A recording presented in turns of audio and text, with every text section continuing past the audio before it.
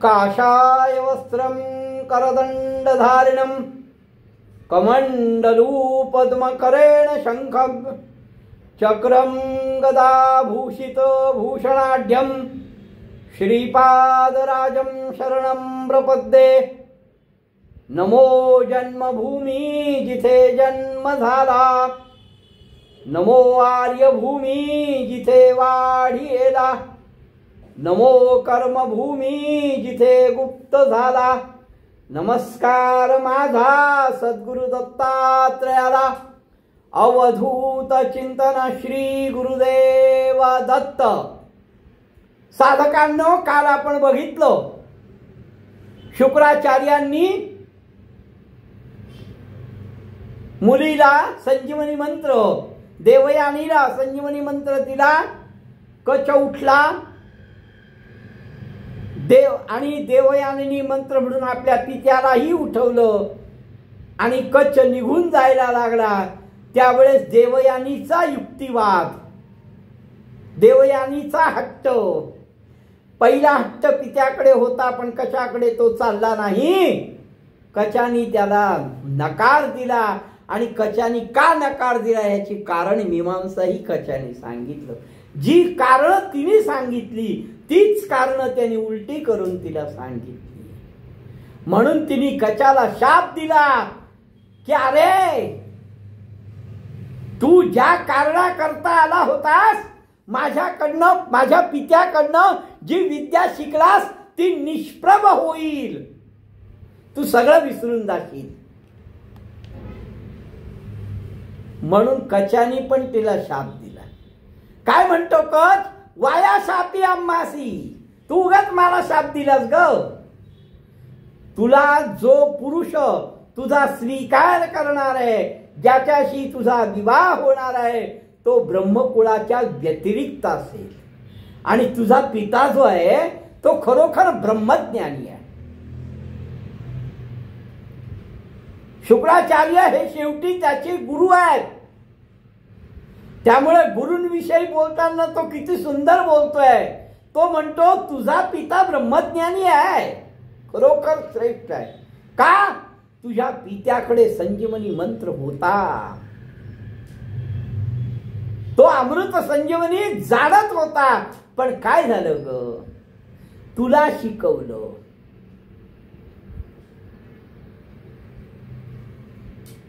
कन्येच्या मोहापायी, तुझ्या प्रेमापोटी त्यांनी तुला शिकवलं, म्हणून तो मंत्र पुढे चालणार नाही असा शाप देऊन कच पण निघून गेला।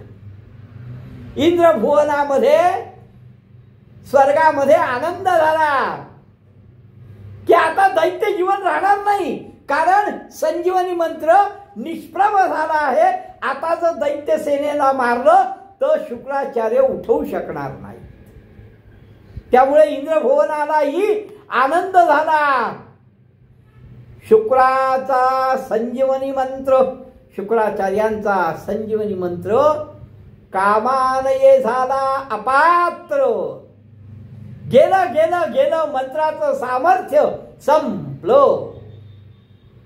शुक्राचार्यांचा ज्या मंत्राच्या सामर्थ्यावर देवदानव युद्धामध्ये दानवांची बाजू प्रबळ होत होती, ती या शुक्राचार्यांच्या संजीवनी मंत्रामुळे, पण तो आता अपात्र झालाय। म्हणून असे काही मंत्र जे आहेत ते स्त्रियांना शिकवू नये असं नृसिंह सरस्वती स्वामी महाराज सांगतायत। गुरुसेवा, पतिसेवा हीच त्यांनी करावी, व्रत उपवास करावे, गुरुच्या आणि पतीच्या आज्ञेप्रमाणे वागावं, हे नृसिंह सरस्वती स्वामी महाराज सांगतायत। सावित्री व्रत जे आहे ते व्रत करावं। पण ही दाम्पत्य स्त्री, पतिव्रता स्त्री, ती गुरूंना विचारते मग, व्रत आचरले बहुवशी, मी अनेक व्रत केली हो.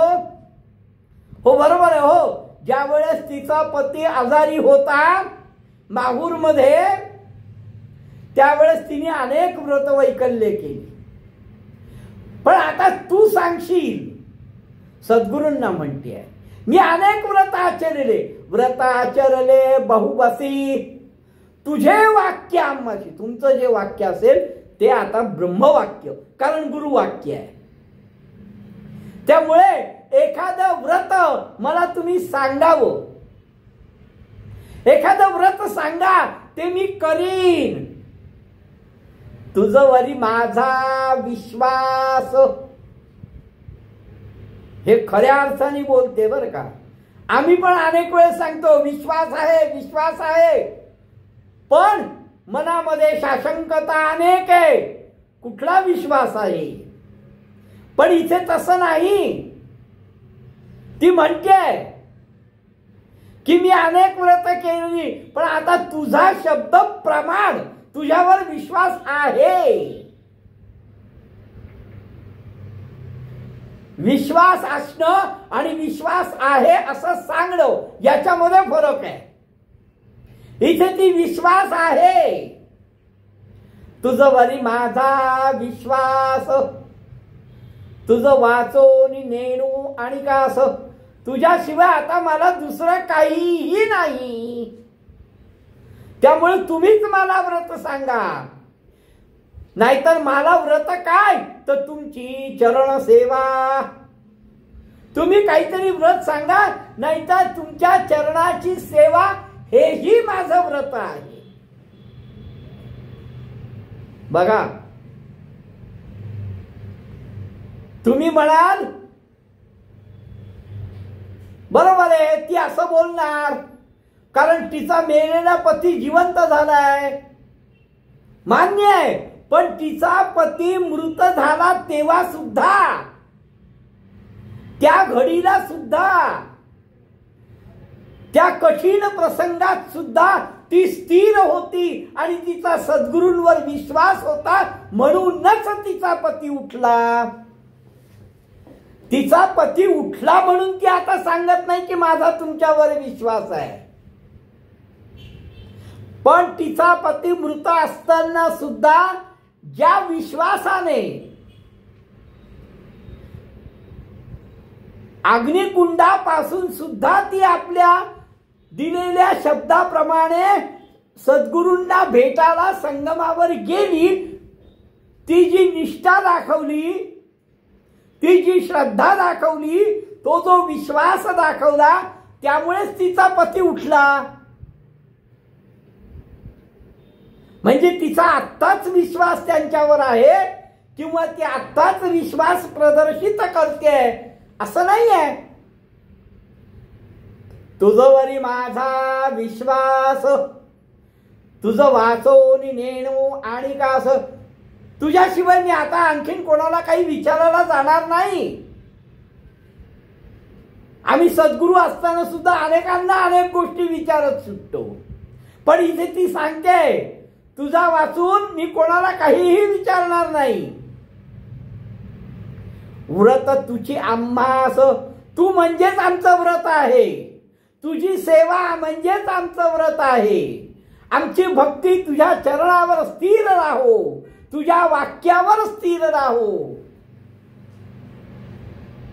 तुझी भक्ती वृद्धिंगत हो, तुझी आज्ञा पाळण्याचं सामर्थ्य आमच्यामध्ये निर्माण हो.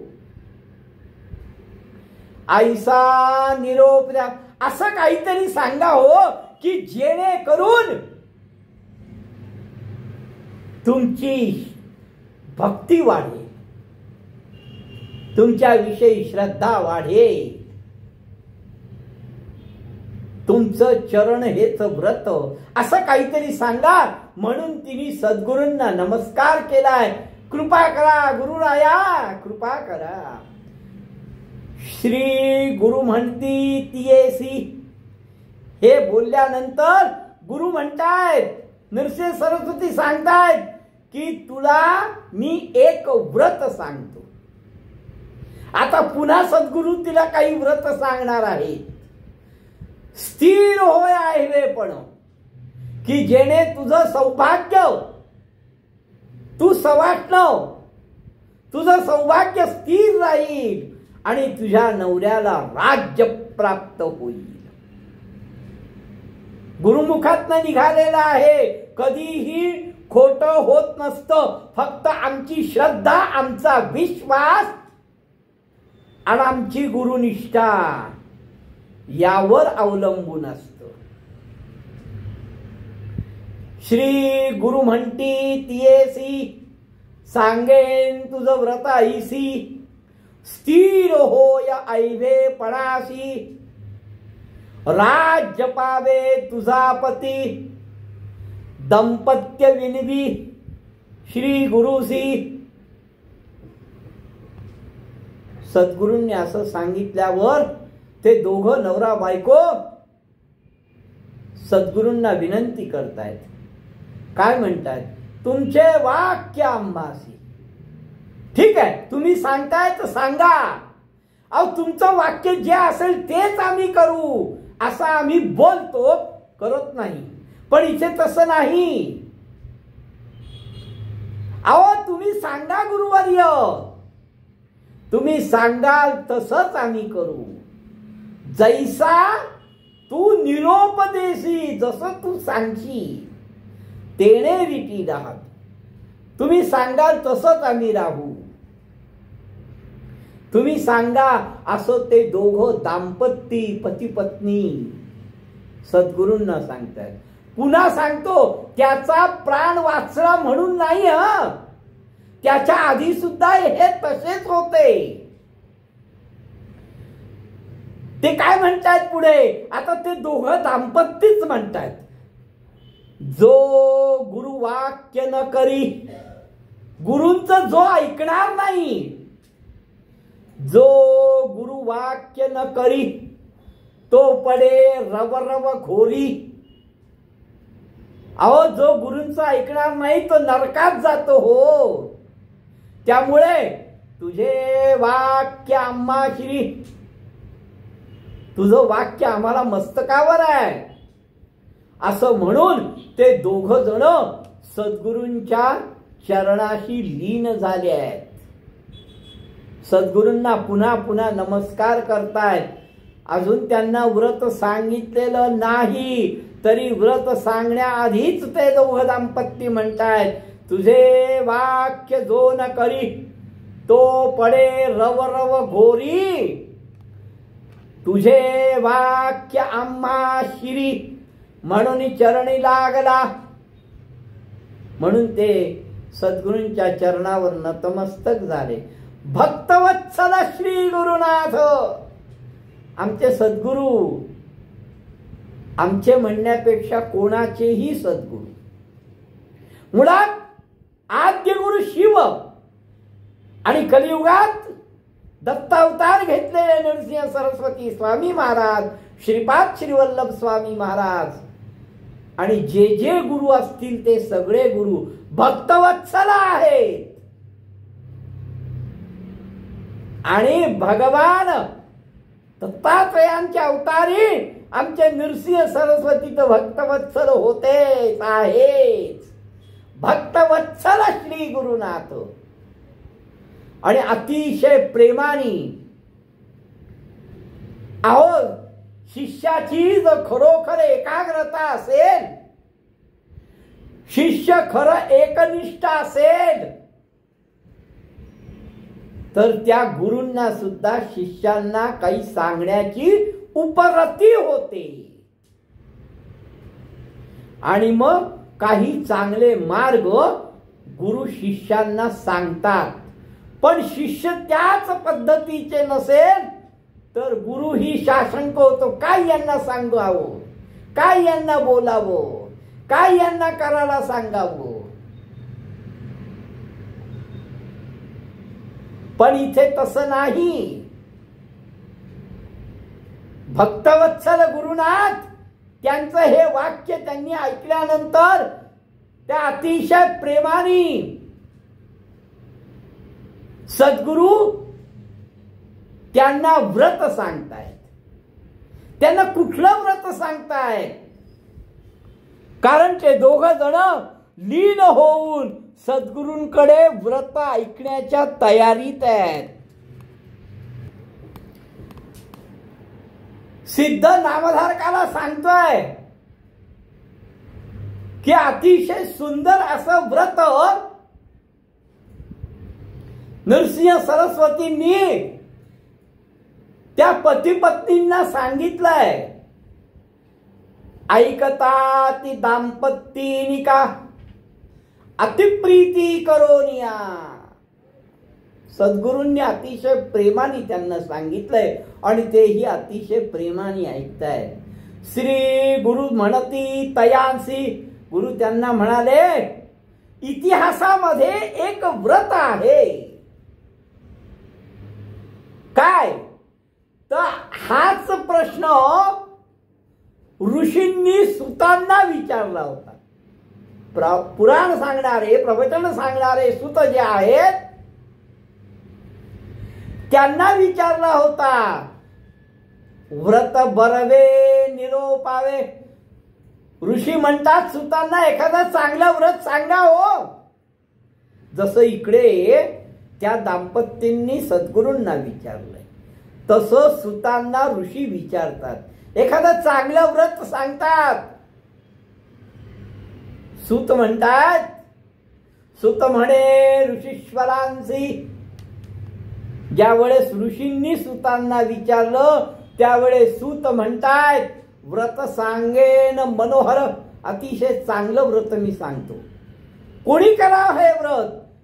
स्त्रिया अथवा पुरुष बरा. स्त्रियांनी करावं किंवा पुरुषांनी करावं, कोणीही करावं. व्रत असे अवधरा. हे व्रत स्त्रियांनी किंवा पुरुषांनी दोघांनी करण्यासारखं आहे. नित्यानंद, नेहमी आनंदी असतो. निर्विकल्प असा आहे. कोण? भगवान शिव, आद्य गुरु. आणि त्याचं अर्चन, त्याचं पूजन, त्याचं हे व्रत केलं सकळाभिष्टे पाविसे. सगळं काही मिळतं. आद्य गुरु आहे तो. संसार सागरामध्ये विषयातूर असणारे सुद्धा, त्यांनी सुद्धा जर अतिशय परिपूर्ण अशा भक्तियुक्त अंतःकरणाने पूजन केलं तर त्यांना सुद्धा तो ईश्वर म्हणजे भोळा, म्हणजे सदाशिव, म्हणजे शंकर, म्हणजे आद्यगुरु प्रसन्न होतो. संसार सागरात विषयातुराचरत. जे संसार सागरामध्ये इच्छेने राहत आहेत, विषयातूर आहेत, तेही त्यांनी जरी अतिशय भक्तियुक्त अंतःकरणाने हे व्रत केलं तर त्यांना सुद्धा तो ईश्वर प्रसन्न होतो. एखादा विरक्त असेल, संसारामध्ये विरक्त आहे पण विषयातून आसक्त आहे, त्यांनी जरी हे व्रत केलं त्याला सुद्धा ईश्वर प्रसन्न होतो. विरक्त अथवा संसारात, विरक्त असेल, संसारी असेल, विषयातून असेल, कसाही असेल, पुरुष असेल, स्त्री असेल, कोणीही हे व्रत केलं तर त्यांना तो ईश्वर भगवान शिव, महादेव, आद्य गुरु प्रसन्न होतो. निश्चित पहिलं पार होणार आहे असं कोण म्हणतंय? सुतांनी सांगितलं तरी सूत म्हणतात की असं वेदशास्त्र सांगताय. या सगळ्या गोष्टीला वेदशास्त्रांचा आधार आहे. सूत सांगतात त्यालाही, सद्गुरू सांगतात त्यालाही, वेदशास्त्रांचा आधार आहे. ऐसे बोलती वेदशास्त्र स्वर्गापवर्गा अधिकार, स्वर्गापवर्गाचा सुद्धा अधिकार प्राप्त होतो हे व्रत केल्याने. विशेष असे हे व्रत कुठलं? एवढं ज्या व्रताची स्तुती करताय सुत किंवा सद्गुरू, तर ते व्रत कोणतं? विशेष व्रत असे एक सोमवार व्रत नायक सोमवाराचं व्रत आहे. या सोमवारी ईश्वरार्चना करा, शिवाची पूजा करा, सकळ साध्य होय. नक्त भोजन उपवासी एक वेळा पूजन करायचं. जितेंद्रिय करा विशेषी, वैदिक तांत्रिक पूजेसी, वैदिक पूजा तांत्रिक पूजा विधियुक्त अंतःकरणाने करा. गृहस्थी असाल, ब्रह्मचारी असाल, सुवासिनी असाल, कन्याकुमारी असाल, पती विण विधवा नारी असेल, कोणीही हे व्रत करावं. सूत सगळ्यांचा समावेश करतायत. कोणी एकाने करावं असं सूत बिलकुल सांगत नाहीत. सूत सगळ्यां मिळून सांगतायत की गृहस्थी असेल, ब्रह्मचारी असेल, सुवासिनी असेल, कुमारी असेल, पतिविण विधवा नारी असेल, सगळ्यांनी हे करा. याचं पूर्वी एक आख्यान होतं म्हणे. आता सूत याच्या पूर्वीचं आख्यान सांगतात की याच्या पूर्वीची या व्रताची कथा होती आणि ती कथा सुद्धा तुम्हाला पावन करील.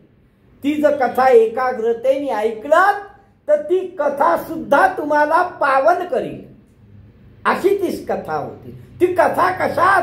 तर स्कंद पुराणामध्ये सर्व सहित, सर्व अर्थासहित, सर्व व्यवस्थित,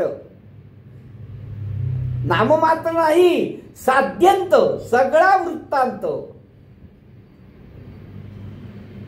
स्कंद पुराणामध्ये आहे. पूर्वयुगी आर्यावर्तका राजा एक अवधरा, आर्यवर्तका नावाचा एक राजा होता. आर्यवर्तकामध्ये एक राजा होता. त्या राजाचं नाव होतं चित्रवर्मा. पूर्वयुगी आर्यावर्तका, आर्यवर्तामध्ये राजा एक अवधरा, एक राजा होता. चित्रवर्मा नाम त्यासी, त्याचं नाव चित्रवर्मा. त्याची पत्नी ती पण पतिव्रता. हा राजा कसा होता? चित्रवर्मा नाम त्यासी धर्मात्मा राजा परियसी. धार्मिक होता प्रचंड, आनंदाने धर्म मार्गाने हा राहत होता. आणि जो अधर्म करत असेल, अनितीने वागत असेल, त्यांना तो शिक्षा करत होता. त्यांनी बरीच पुण्यकर्म केली, अनेक पुण्य केली, कारण तो धर्म मार्गाने राहत होता, धर्मात्मा होता, धर्म मार्गाने चालत होता.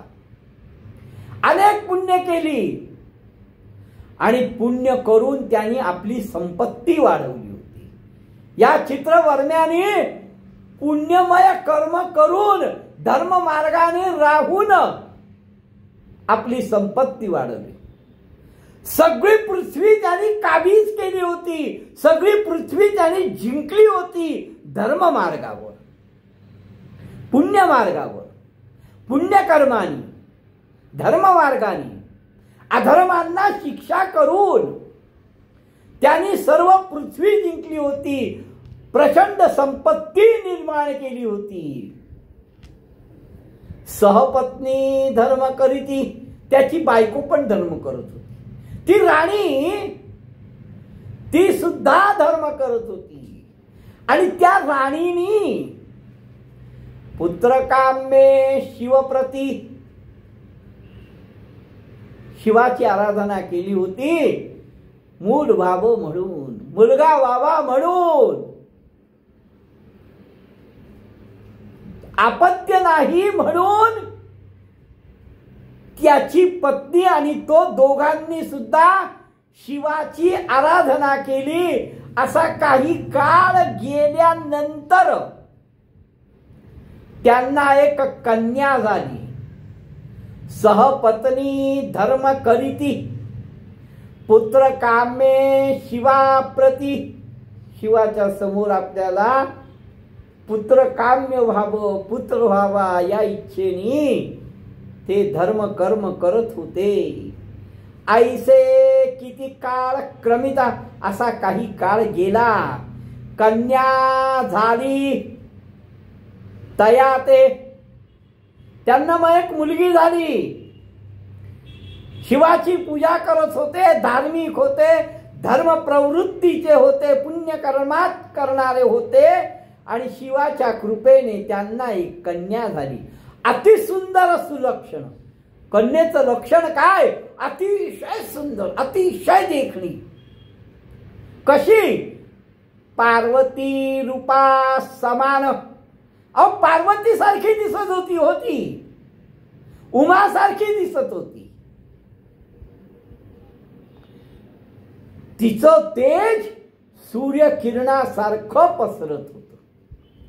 अतिसुंदर सुलक्षण.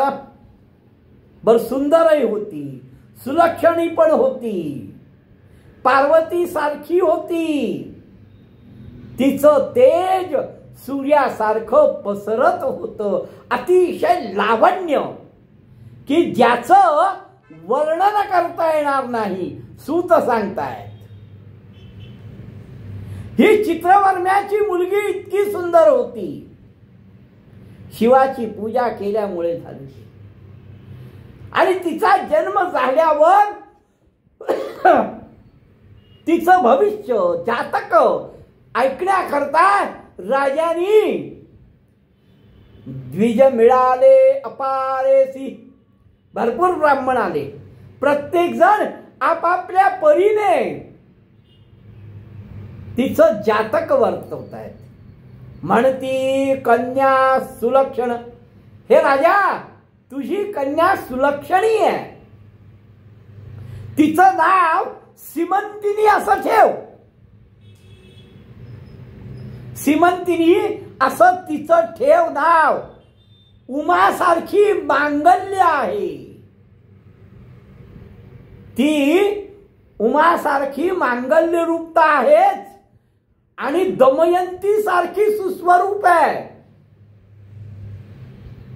जातक वर्तवणारे काय सांगतायत ऐका. हे राजा, तुझी कन्या सुलक्षणी आहे, तुझ्या कन्येचं नाव सीमंतिनी ठेव.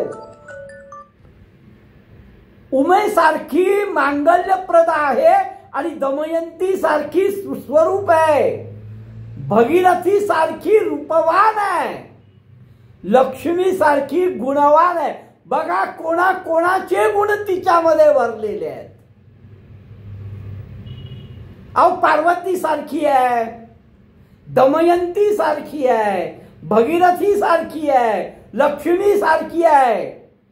ज्ञाने देवता समासी. अहो ज्ञानाने तर ती देवतांसारखी आहे. कोण? जानकी सारखी आहे. पतिव्रता जानकी सारखी आहे. तिचं नाव सीमंतिनी ठेव.